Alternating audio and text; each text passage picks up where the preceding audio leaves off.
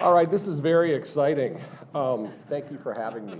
I know you're wondering what happened. I just freaked out the a cappella band on their way out the door. So I'm here today talking about a subject that is very near and dear to me. It's about transforming lives in the greatest city in the world and my favorite city, which is Chicago, Illinois. And that's right, you love Chicago. Are they serving alcohol today? But the thing is, as I get started, I want to give a shout out. The gentleman on the screen is really a legendary figure in orthopedics and really a reason why I would be here today. He is Sir John Charnley. He is the pioneer of total hip replacement. Pioneer, amazing. In the United Nations, he was a physician that had an innovative idea to change the world.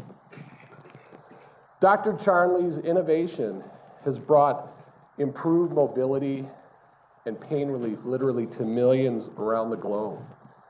It's one of the greatest surgeries that I know how to do, and from what I see in my patients, one of the best tolerated and just about the best surgery in all of medicine. Do you mind if I do a demonstration?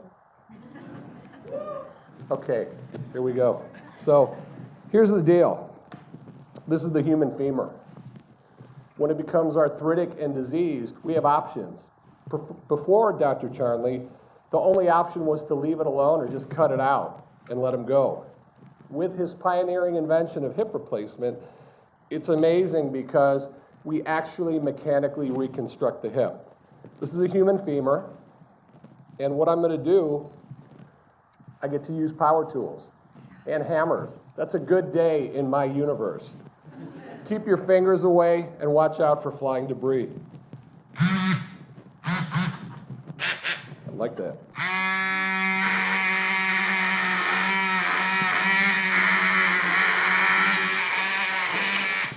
So what I just did, I cut off the femoral head. In most instances, that would make me a felon and send me to jail, but I actually get paid to do this. And I'm going to give this up to the crowd. So what we do, it's really a process. This is mechanical. Replacing a hip is something that is very methodical. I've done thousands of times, and we do it the same way each time. So what I'm going to do right now, this is an intramedullary reamer. I'm going to put it down the femoral canal.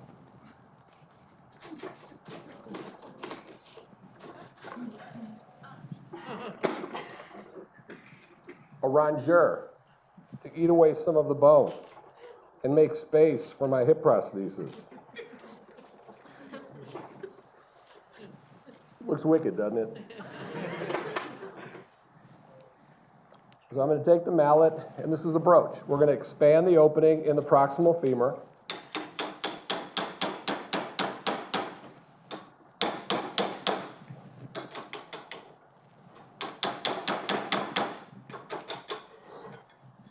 And we go up size by size.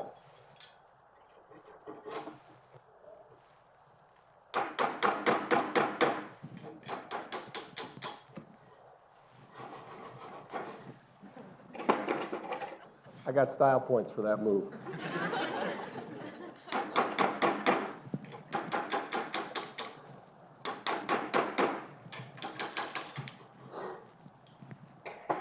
And here it is. Here's the magic, the hip prosthesis, the femoral implant. Bam.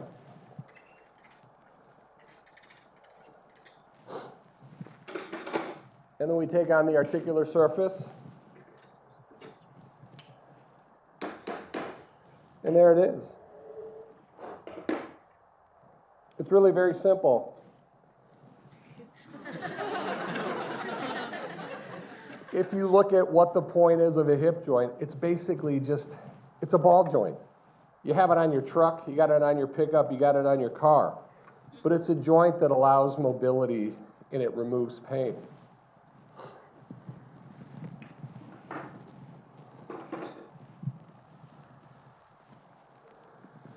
So this is the net result. And now, what I just showed you is how to replace a hip. I can take any one of you and bring you up here.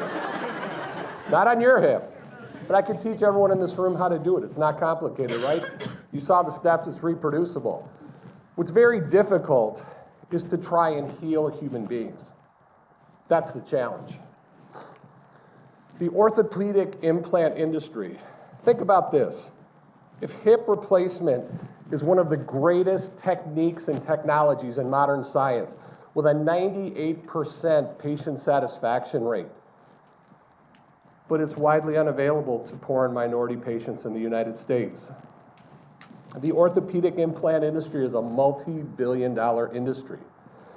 Innovations in trauma, screws, rods, knee replacements, spinal fusion devices, cages, pedicle screws, rods, the list goes on and on.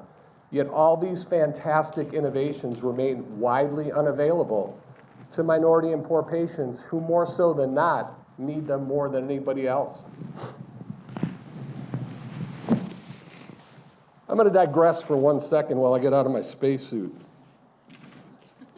I really freaked out that a cappella band, you can't imagine.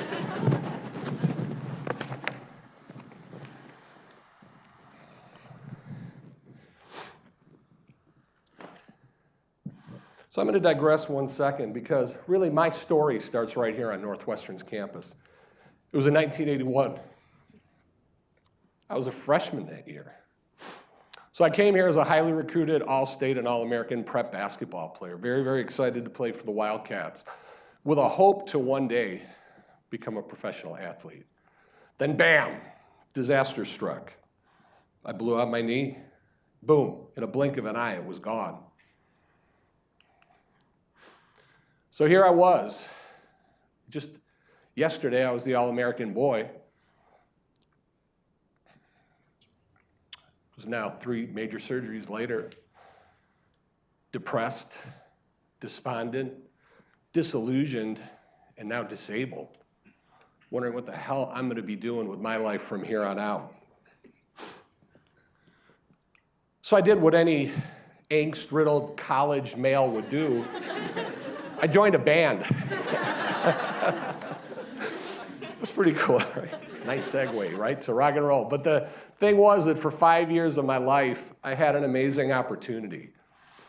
And that was to be mentored by some of the legendary blues musicians here in Chicago. They taught me about music, but more importantly, they taught me about life. And you know the names: Junior Wells, Homesick James, Eddie Taylor, Magic Slim, Otis Rush. Meaningful. I eventually did get my head back together. I went on to finish medical school at Northwestern downtown, and I did postgraduate training in trauma. I did a fellowship in adult joint reconstruction and also in spinal disorders. I did find my meaning. Meaning was to help people that society chose to ignore. We formed the Bone Squad. I thought I had to get a cool name, right? I mean, not gonna be like Dr. Dan's and his guy, you know, that seemed kind of ridiculous. So the Bone Squad had to have a cool logo, wore bell-bottom pants, had big afros, kind of like, you know, the old Mod Squad. And we had a mission. I mean, we provided orthopedic care to Chicago's underserved communities. And I know you've heard these places. They're in the news every day. Roseland, Austin, Humboldt Park, Lawndale, Jackson Park, and Englewood. Chicago has 1.5 million underserved, underinsured patients that need this type of care, and we were proud to do that. I took a position at the Cook County Bureau of Health at Provident Hospital. This created a direct conduit where these patients could access me for the service that they needed. One of the things that bothered me the most was that within Cook County, it was a case study in racial healthcare disparity and discrimination. I trained at Rush University. While working at Cook County, prior to my arrival, the average wait time was 4 to 5 years to get a joint, while at Rush, it was 4 to 5 weeks. Musculoskeletal disorders are the greatest cause of disability and chronic pain in the world. The Bone and Joint Decade was brought together in order to increase awareness and resource in treating this, but nowhere in their platform did they ever address racial disparity and access for poor. I mean, look at these numbers. I mean, look to your right, look to your left. 1 out of 2 adults in America suffer from this condition. I mean, look at me. I'm a textbook case, a 6'10" case of chronic disability, 13 knee surgeries later. My right knee looks horrible. Every time my patient complains about knee pain, I put up my x-ray and they go, ooh, that looks horrible. I go, yeah, shut up, that's my knee. You know, in healthcare, we talk about being able to project equality. It's BS. We talk about it, but we don't prove it. African American women are 6 times less likely to be offered a total knee replacement than Caucasian women. Minorities with diabetes are 5 to 6 times more likely to end up with a below-knee amputation. And the outcomes of minorities and the poor are in the bottom 20%. It sucks.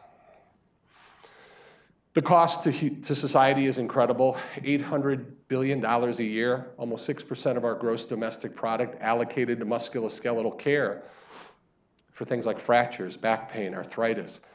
And with an aging population, these numbers are only going to increase. I co-founded with my wife OnePatient Global Health Initiative in the aftermath of the Haitian earthquakes.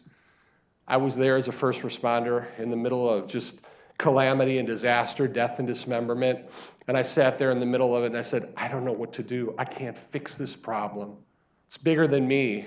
But what I could do was affect the life of the patient that was in front of me.